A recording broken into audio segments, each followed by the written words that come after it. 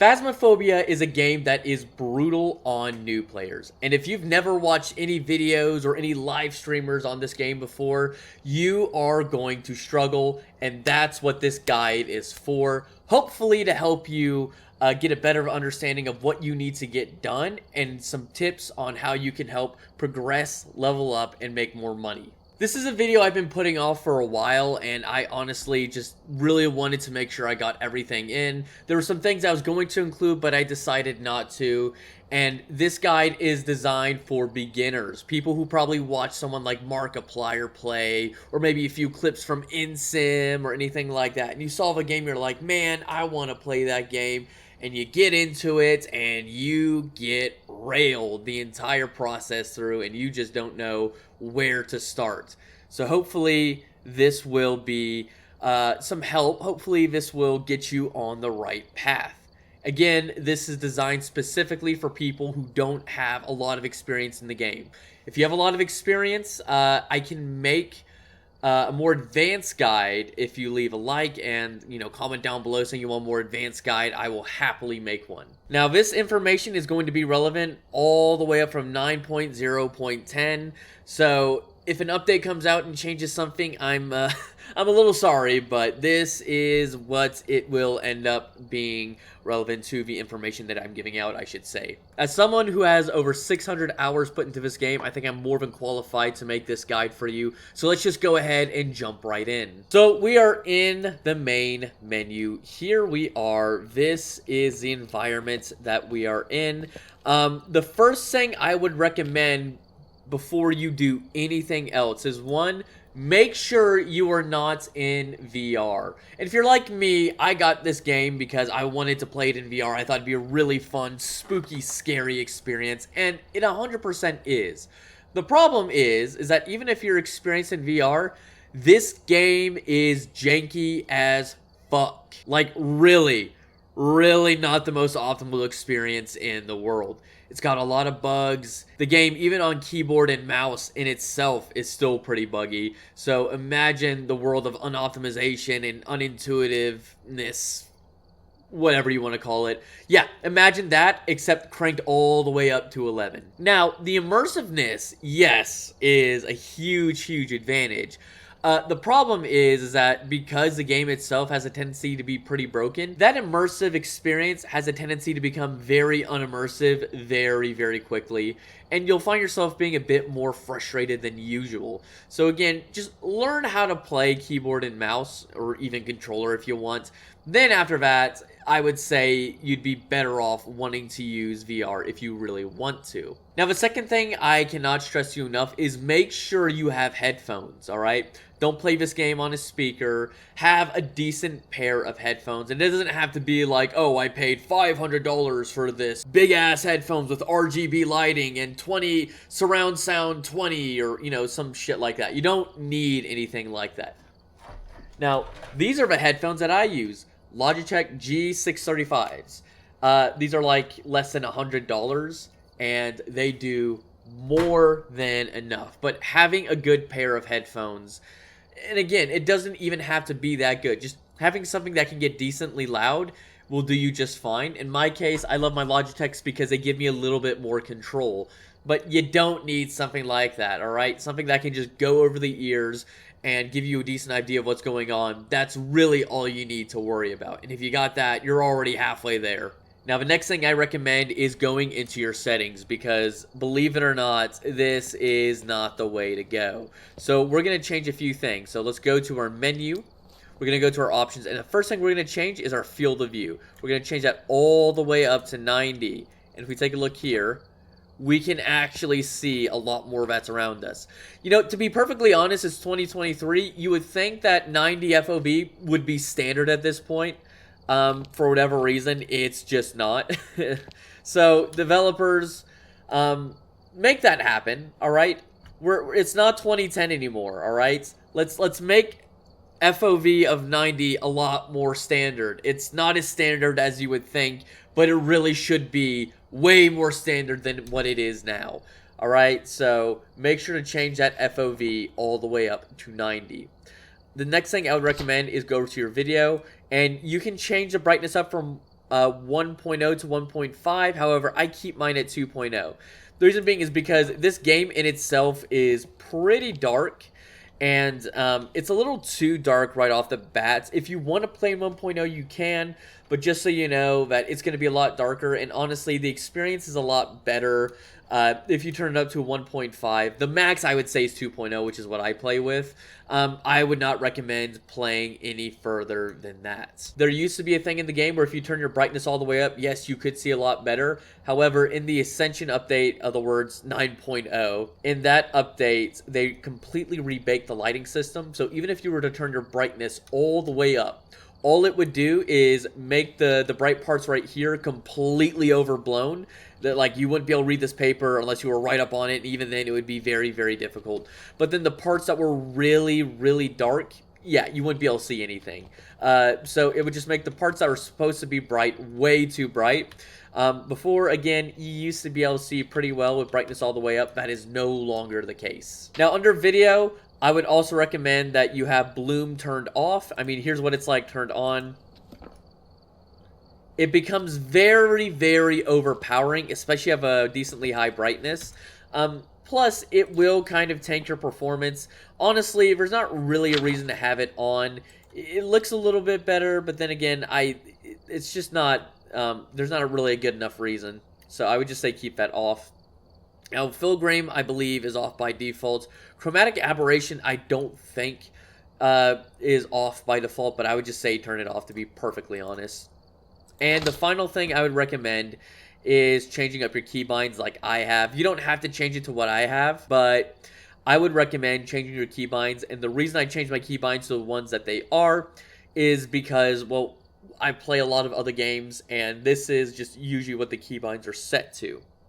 So for me, it's a matter of familiarity, all right? I'm familiar with these keybinds, so it was easier for me to transition over to this game. Now, there's one other thing I'd recommend that you have staying on by default, which is your voice input mode, that being push to talk, especially if you are a content creator.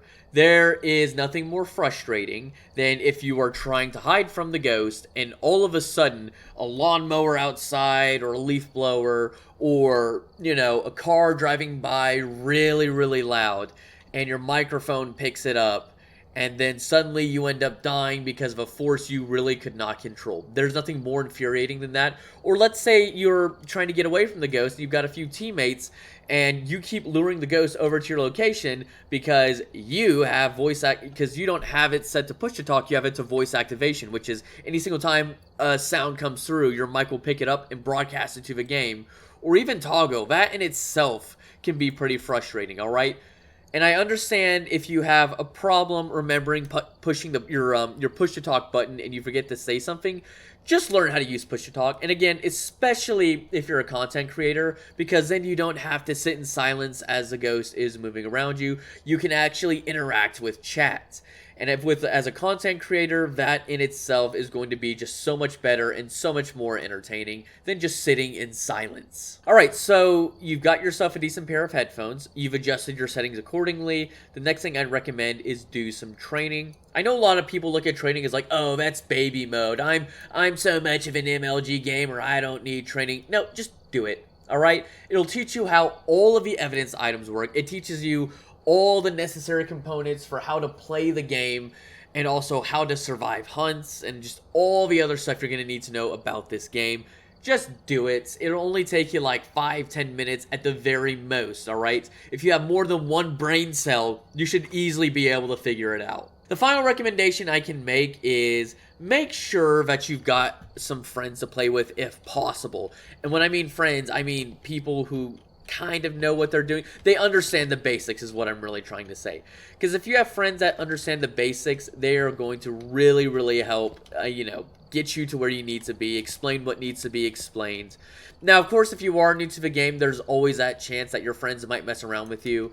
I will say that when it comes to the multiplayer experience, I mean, there's a good chance that you might come into griefers, cheaters, or just people who see you're low level and will just kick you because of it. That being said, it's still worth a shot if you're new to the game. I mean, whenever I'm especially hosting lobbies, I'll have people who are new all the time come on in. Then I'll try to teach them That being said, if you have some friends, hopefully they can, do a decent job of teaching you what needs to be done and what you need to do. But let's go ahead and get a single player game loaded up. Now, like I said, I'm going to assume that you are new to the game. So how we're going to do this is I'm going to put this under our amateur mode. Now, amateur is the lowest possible difficulty that you can get, right? Once you get further past, you'll get your intermediate. Professional is the mode I usually play on, but you've also got your other modes like Nightmare and Insanity. Like I said, the whole point of this guide is for the people who are really, really new to the game and just need somewhere to start. We're going to be playing on amateur. I want to put myself on your level, all right? So if we read through with the amateur, all right, you've got a long setup time. You'll see what that is once we get into a game. Long hunt grace period. Again, I'll explain that. Short hunt duration. That should be self-explanatory. Sanity pills restore a lot of sanity. This actually needs to be updated because it's no longer considered sanity pills. We now have different forms of sanity medication. And half of your equipment is so if you die, you'll usually lose all your equipment. However, you'll regain half of it, or half of the value, however much you buy of it. That will be restored when you die. Now here, I'm going to remove everything that I possibly can. Now, I'm only going to go in with the tier 1 equipment, and I'm also going to go ahead and play on Tanglewood Drive because that's pretty much what you're going to have available over to you. Now, I'm also going to make sure to show you my thought process, everything that I'm looking for, and anything you might need to look out for as well. But let me go ahead and get my headset on. I'm going to ready up, and we will begin. Now, I actually did end up spawning in with some other stuff. Keep in mind that you're not going to have these tripods when you first load in, so we're going to move these out of the way. Alright, so I've gotten rid of just about everything aside from these, but I can't really pick these up and throw them onto the ground. But this is what you are going to start off with. Like, literally, this is all you are going to have. So this is pretty much the truck. This is where all of your stuff is going to be. You'll notice you've got a computer here as well as a mouse. And if you click the keyboard, that will take you to some night vision. And then the mouse will change you from camera to camera. You'll also see that a name of the ghost, and you'll see that it responds to everyone, or it'll say it'll respond to anyone who is alone. Now, what that means is if you're playing multiplayer, if it says everyone, that means everyone can be in the room and it will speak to you. However, if it says alone, that means that wherever the ghost is, all right, when you're using the spirit box, only one person can be in there at a time. Now, you'll also have some side objectives down here. I would say ignore these when you're first starting off. Your main objective is going to be just figuring out what the ghost is, so that way you can get your money, XP, and you'll be good. Now, you'll also notice one other thing right up here that's really important, all right? And when you're first starting off, you will have a timer. And what that timer is that is 5 minutes where the ghost cannot attack you, all right? Now, when you're on amateur, that is set to 5 minutes, all right? And then if you're on intermediate, I believe it's set to 3 minutes. And when you're on professional, that timer is set to 0. All right, meaning you've got 5 minutes, all right, on amateur mode to find the ghost room and get as much evidence as you can. And after that, if a ghost wants to attack you, it absolutely can. Now, you can only go in with 3 items at a time. So the first thing I would recommend you bring in is a flashlight. The next thing I'd recommend you bring in is your EMF. And the last thing I'd recommend you bring in would be UV. Now, the reason you want to bring in the EMF is because when the ghost does something, it'll leave an EMF level. And if you didn't see something or if you didn't hear something, oh, fuck me. If a ghost touches a door or a light switch, and or if it throws something even, and you don't know where it came from, where the EMF can give you a chance to figure out where it did something. Now, as stated on the description of a difficulty, when you are on amateur mode, the breaker starts on and it's visible on the map. Once you go to intermediate and professional, the breaker starts off, meaning when you go inside and you try to flip on a light switch, it will not turn on. However, because we're on amateur, like a beginner, you won't need to worry about finding the breaker first thing. And then one other important thing to note. So, remember how we have a 5-minute timer up on that truck. Well, that timer will begin to kick down the moment we unlock the door. So make sure that when you come up, you have all the evidence you need. Because once we unlock this, that timer is going to count down. Alright, so we're going to go ahead and head on in. And first thing we're going to do is we're going to have our EMF out and on. And we are just going to look around. Now, there are a few things that I am looking around for. Number one, I'm looking for my hiding spots. However, because we are an amateur, just about all of our hiding spots are, for the most part, open. And I'm going to flip on some light switches because I want to keep my sanity up. Now, the other thing I'm looking for is something going to be known as a cursed object. I'll go ahead and show you a guide of what the cursed objects are and also where they're at. Cursed objects are items that you're going to find scattered across the map. These items will have special powers and abilities that will give you an advantage in the game, but also come with a serious drawback as well. If you're new to the game, I would highly recommend that you just stay away from these cursed objects altogether. You are much better off learning the basics of the game than trying to understand how these cursed objects work. The only reason why I'm showing you the location of these cursed objects is so you know exactly what you're dealing with and you don't accidentally end up interacting with them, which could end up killing yourself in the process.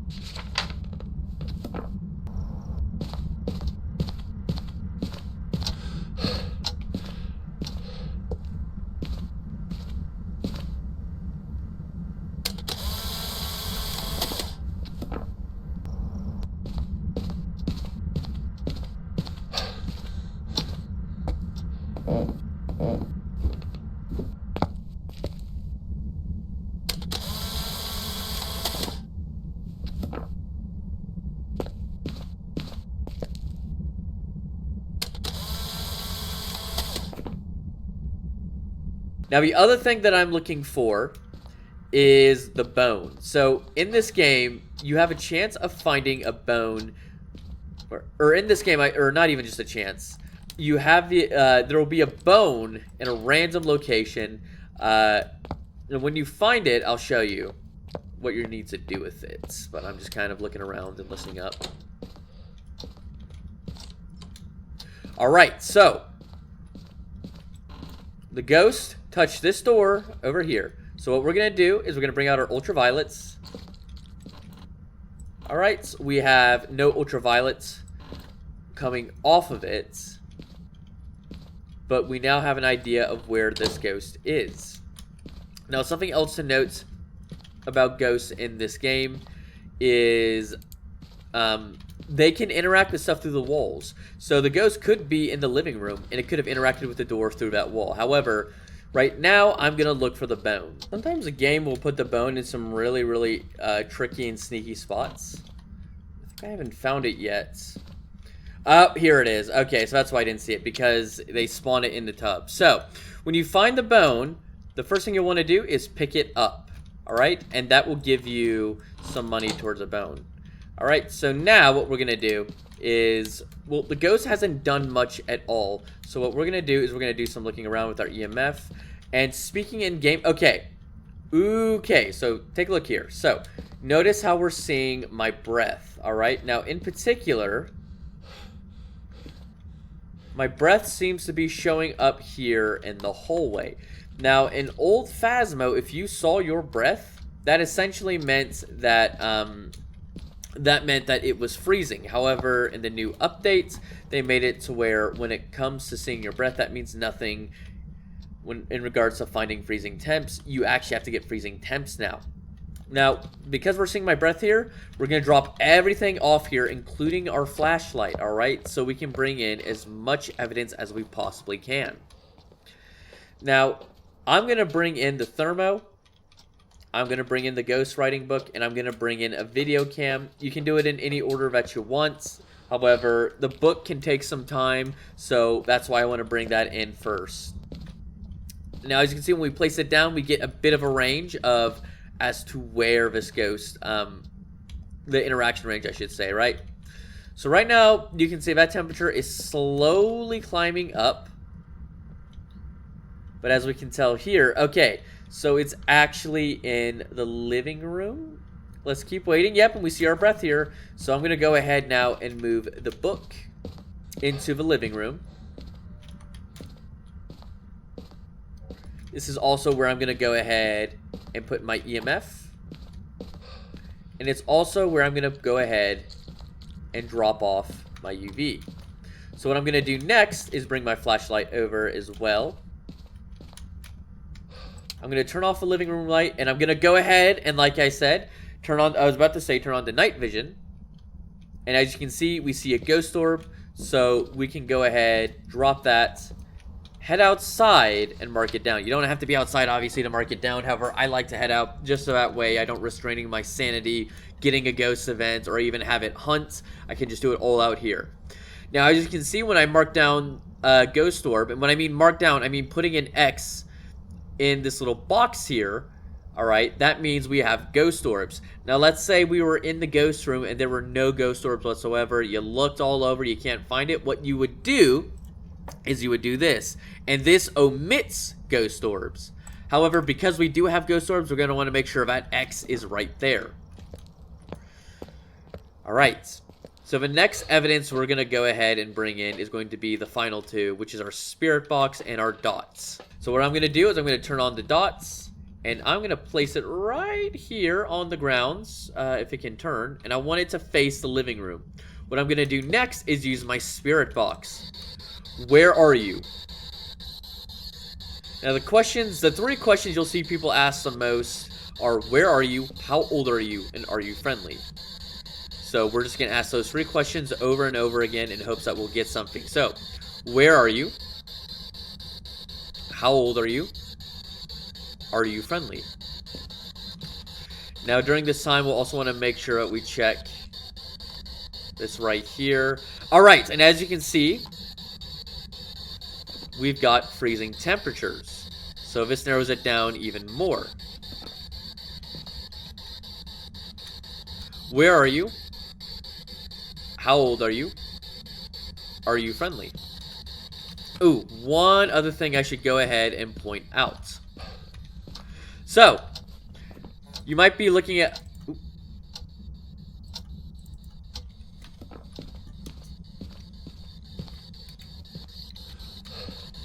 Now, the other thing I'm going to make sure to do is you can see that the ghost was kind of throwing some stuff.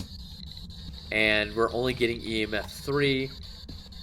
Now, here's another thing. We've got 4 ghosts, but 5 evidences. So we're going to take a look through, and we're going to see what ghost has what. So as you can see, when we mark down EMF 5, there is not going to be a single evidence that matches that.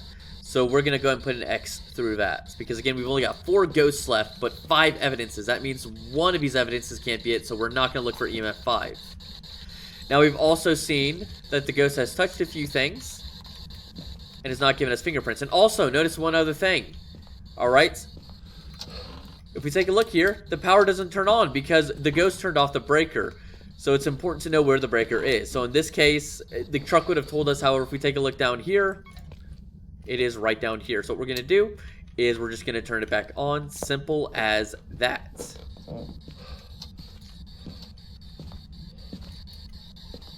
And I'm just going to keep asking questions on the spirit box, so we might not get anything. Where are you? How old are you? Are you friendly? Where are you? How old are you? Are you friendly? We're going to leave that be, and what I'm going to do now is I'm going to turn on the lights. And I'm doing that to reduce my sanity, because I want to go ahead and look for dots. Now, something to note when looking for dots is that your breath can actually get in front of the dots. And sometimes, if you're not paying attention, it will look like...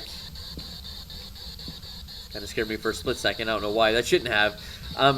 But it will look like a figure if you're not paying attention.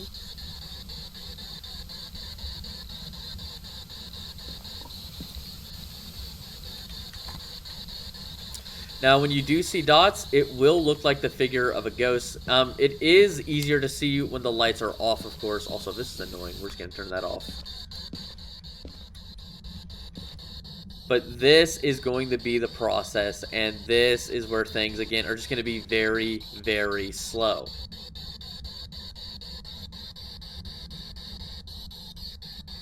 Now, if you're nervous about whether or not that ghost is going to try to hunt you or kill you, there are a few things you can do.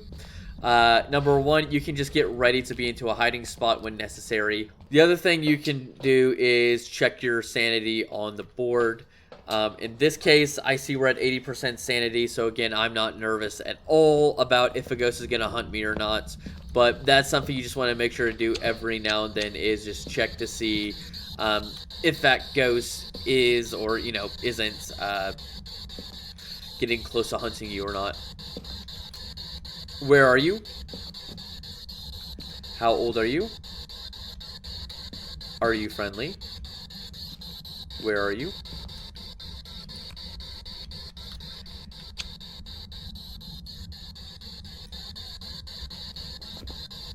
Now, I'm also going to go ahead and rule this out, because we still haven't got ghostwriting yet. It probably would have happened by now. Actually, you know what? I'm going to keep it on. I need to be looking for dots while I'm at it.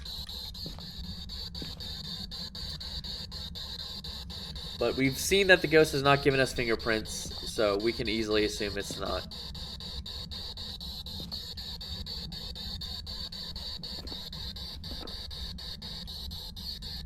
Can you give us a sign? Make sure you, every now and then, speak in the game as well to ensure that that ghost stays active.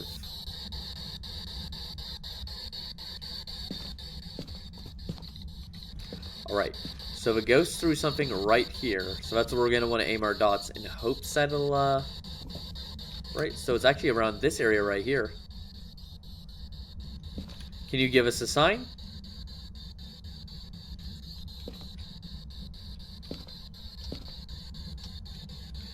So the ghost is around here, but we're still not really getting any dots.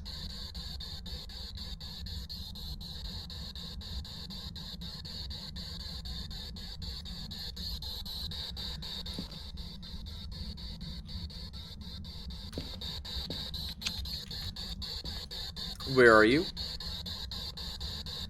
How old are you? Are you friendly? Where are you? Oh, and as you can see there, we did have dots. Alright? So again, sometimes this ghost can take a billion years to just get what you need to get done.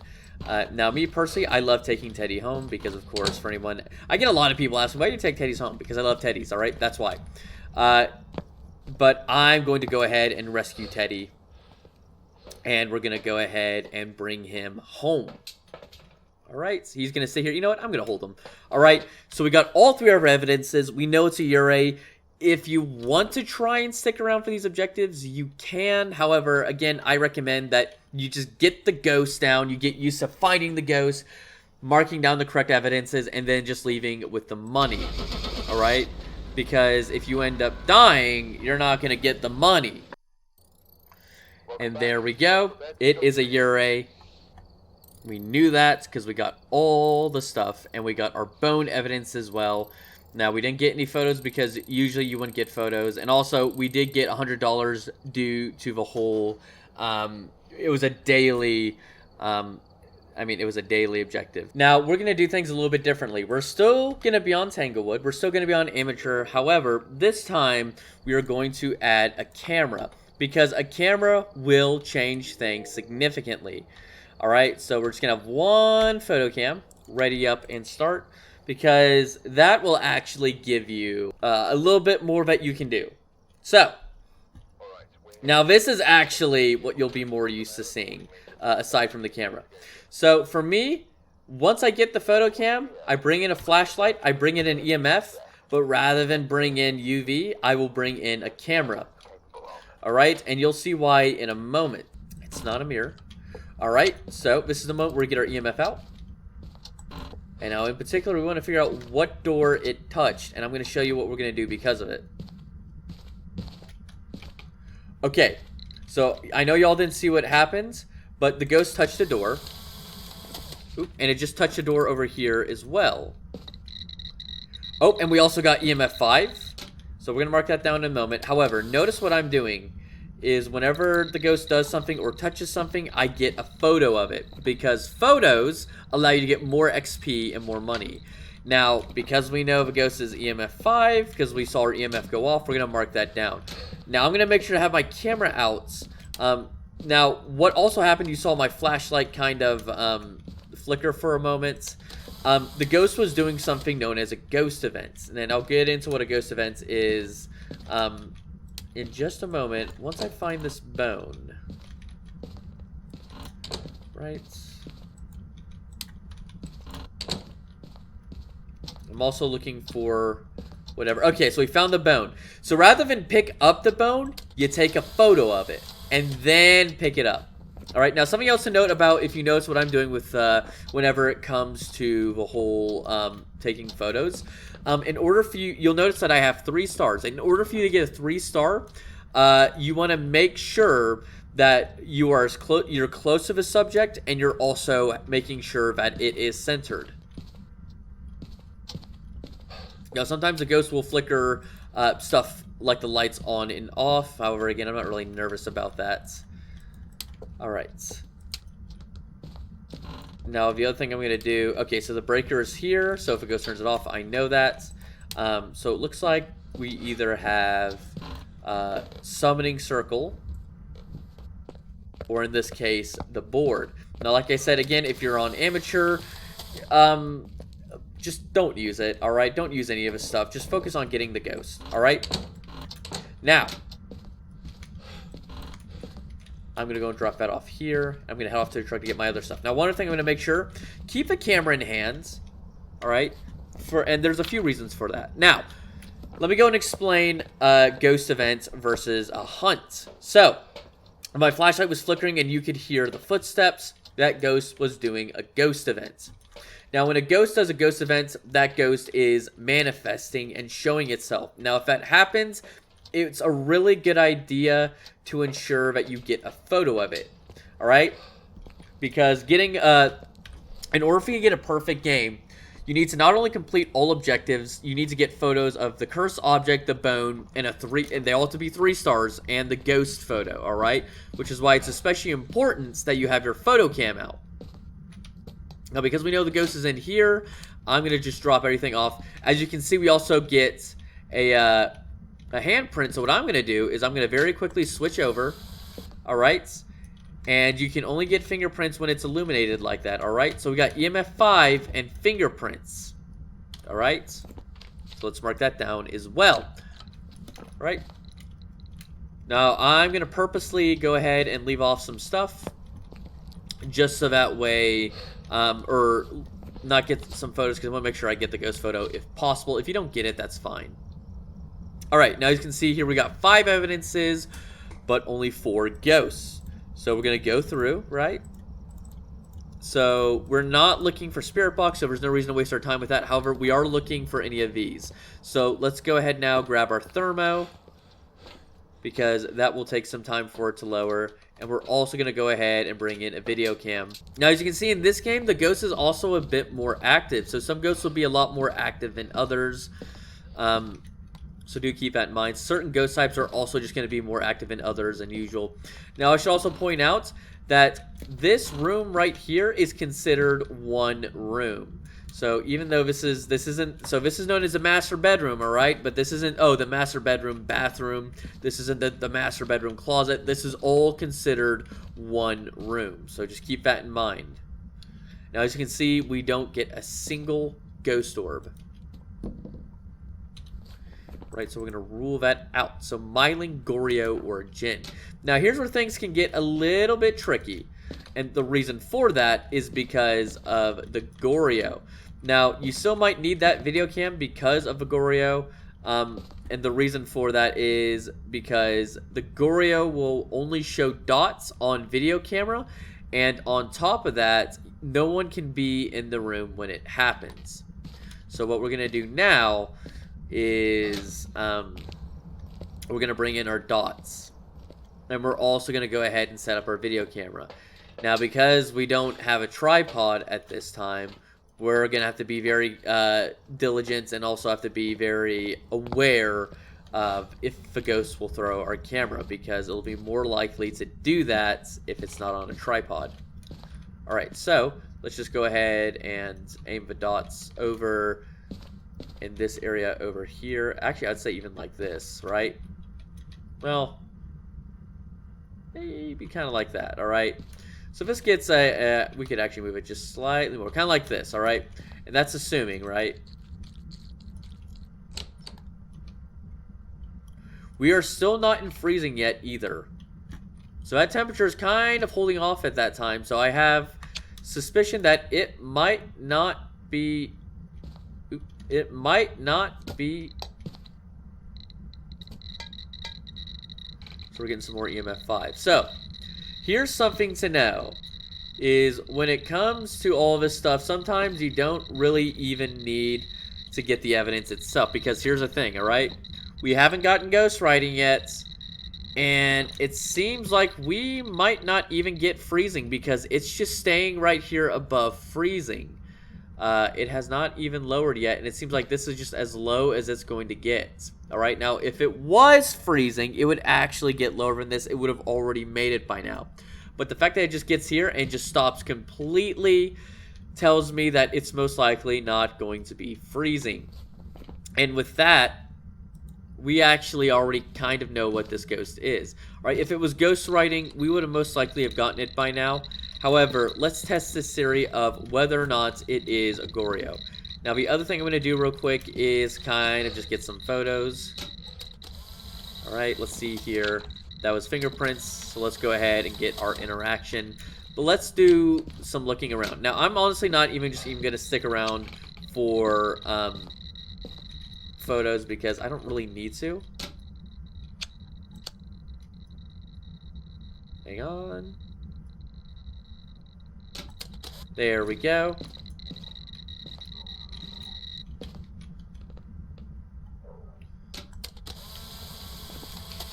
Alright, so we filled up our book completely. We can only have 10 photos. However, what I'm going to do now is I'm going to go to the truck. Well, actually, what I'm going to do real quick is I'm going to drop off Teddy. And we're going to look on the truck, alright? And we're going to see if we see dots. Now, because it's a Goryo, Goryos are very finicky when it comes to their dots. That's not actually a good view.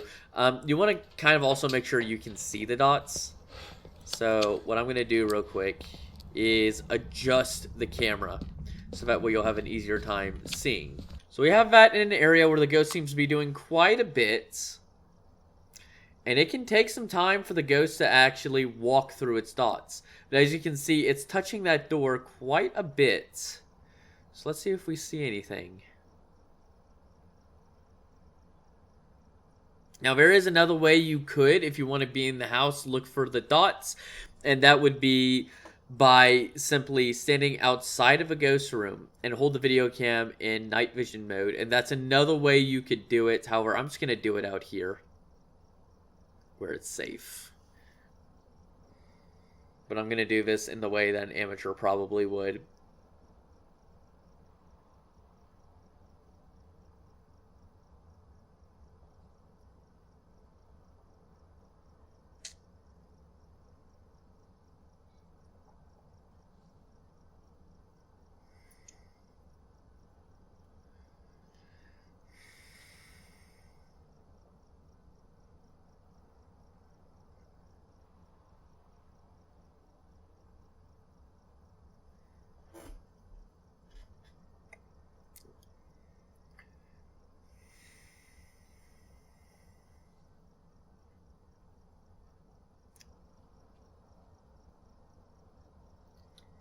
Dots can take a while, and it's because of that that a lot of times you'll end up finding yourself that you're kind of stuck, because on one hand it may not be this evidence because it's definitely not giving it to you. On the other hand, you might get evidence like dots, freezing, spirit box, things that can take a while for absolutely no reason whatsoever. So we're still not seeing dots, so that's making me question whether or not it is dots, or maybe some evidence has been really, really delayed. This game does require quite a bit of patience sometimes. So we're going to go ahead and keep taking some looks. But the ghost is definitely in that area, though it hasn't entered its dots state yet. So it may or may not be dots. So it's possible we might have to do some further investigation to make sure that we aren't missing anything. I'm also going to go ahead real quick. I completely forgot. Let me drop off Teddy. There you go. You sit right there. And again, there's no reason for us to bring in the spirit box because that's an impossible evidence to begin with.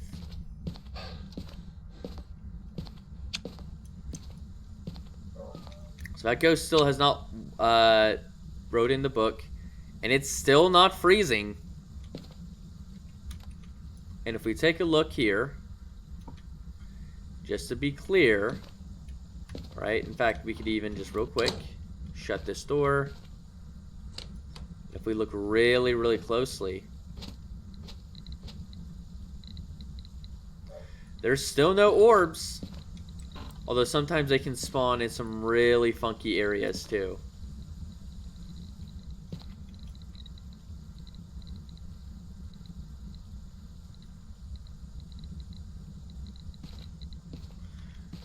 Right, but we still don't have any dots. So what we're going to do a little bit differently now is we're going to adjust the dots onto the ground, and the reason for that is because in hopes that maybe, just maybe, we'll see if we have like a broader range, then we might have an easier time seeing the ghost. And by pointing it into these rooms, hopefully it'll give us a better chance as well. So maybe even adjust it a little bit differently. Nope, let's maybe broaden it up just slightly as well. There we go, just like that. Video cam, we're actually gonna go ahead, or let me go ahead and move this. Okay, so this is a ghost event. So this is actually a perfect example. So I'm not worried, and the way how I know this is a ghost event is the ghost closed this door immediately, it's standing still, and it's in a shadow form, not in a form you'd know from a... And again, I'll get into more of a ghost hunt in just a moment, but I'm just going to place that down here. So let me talk about ghost events more for a second. So, the difference how you know between a ghost event and a ghost hunt is a ghost event will make itself present immediately. You'll usually see the ghost immediately. It'll do something like turn off a light, or it might close a door in that case. And it was standing still, and I could see it. Now, a ghost hunt will also ensure that, like, it will be, it won't be a shadow model or a see-through, or it won't be moving immediately. And I will showcase that in just a moment. However, that being said, I think we're going to have to assume that this is a Goryo, because we know we haven't gotten the rest of these, and the secret is that Dots is very, very finicky right off the bat. Freezing temps usually won't be that finicky unless the ghost is roaming around. And ghost writing, well, it's interacting with a lot of stuff, and yet it somehow hasn't managed to write in the book. Yeah, no. So I'm going to, and we definitely didn't see a ghost orb either. We definitely would have seen it. So it's just Dots. Again, like, in order for Dots to enter its form, it needs to be walking through, and then it's got to choose to do it, right? So there's a lot that it could choose to do or not. Now, because the ghost... Okay. Now, the other thing to know about ghost events is that you will see them immediately, and they might walk towards you immediately, and as a result, you might hear the ghost. Or you'll hear the footsteps immediately. Alright, so in this case, notice it turned the lights off and shut a door. So again, wasn't really worried. And it's still not freezing yet. So we definitely didn't get any orbs either. And there's still no writing in this book. We are going to assume that this is Dots. Now, a difference between the ghost event and a ghost hunt is that the ghost will not do anything immediately. You'll hear it make its sound, whether it be gurgling, singing, crying, laughing, anything like that. And on amateur difficulty, you have a 5-second grace period. Now, what does that mean? That means the ghost is hunting. You have 5 seconds to find a hiding spot, turn off your equipment before the ghost will become visible and begin its hunt.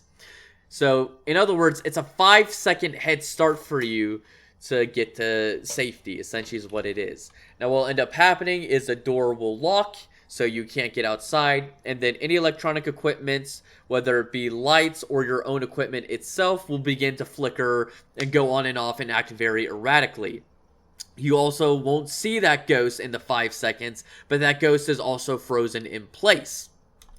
So you would essentially see the lights and all the equipment right here to start flickering, and it would be, especially for this camera right here, it'd be a lot harder to tell, right? Notice how the lights kind of flickered like that. However, imagine they would be doing it constantly when it's in the presence of that ghost, right? So that's what would end up happening. And then after the 5 seconds, you know, the ghost will show itself.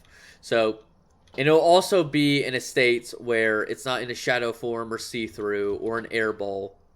No, it'll be in a fully, you will be able to see it in its real form. And also, like I said, with the ghost events, oh, look at that. We noticed the dots, all right? So it was a Goryo. And like I said, when it comes to, and it looks like we got the EMF and then escape during a hunt, average below 25. We could do all of these if I really wanted to, but I'm not going to do that. Remember, the difference between a ghost event and a ghost hunt is during a ghost event, the ghost will make itself known immediately. Again, usually by turning off a light, closing a door, maybe all of those at once. And usually you'll end up seeing it too immediately. And you'll also end up hearing it move and all the other stuff immediately. Whereas with a ghost hunt, you're not going to see the ghost immediately. You're not going to hear footsteps. It's not going to close a door other than any entrances and exits to whatever map you're on. It's not going to do anything to make itself, like, all up in your face. No, it's much more subtle. But anyways, it's a Goryo. We're going to go ahead and leave. And you'll notice that because of our photos, we're going to get a lot more. Now, if we got a ghost photo, we would actually get even more, and even an investigation bonus. If we completed the other objectives, we would have gotten a perfect investigation. However, you'll notice that the amount we'll get is still going to be a lot more. Now, look at that. We got a lot more because of our photos and investigation bonus. And in my case, I got a little bit extra money too. But anyways, when it comes to being new to the game, as you can see here, like, I didn't get hunted, but you don't need to get hunted in the game, alright? You don't have to be in any danger to level up. Now, of course, as time goes on, it'll be a lot harder for you, and it'll be, in some cases, like with Nightmare Mode and with Insanity, you need to get a hunt in order for you to figure out what the ghost is. But if you play smart and cautious enough, you should easily be able to get through the game, level up quickly, unlock more stuff quickly, and have an understanding of how the game works quickly. If you play smart and you're really efficient with what you do, you will be able to get through this game easily with absolutely zero problem. Anyways, that is it for me. I hope this guide served the purpose and also kind of highlights as to exactly what you need to do. And of course, like me showing my thought process, hopefully you'll be able to take what I've said and learned, and you'll be able to apply it to your own games, and it'll be a lot easier for you to actually make your way through the map. Check out my other content I have on Phasmophobia. I'm also live on Twitch every single day from 2 p.m. to 6 p.m. Eastern Standard Time. Anyways, have a good night.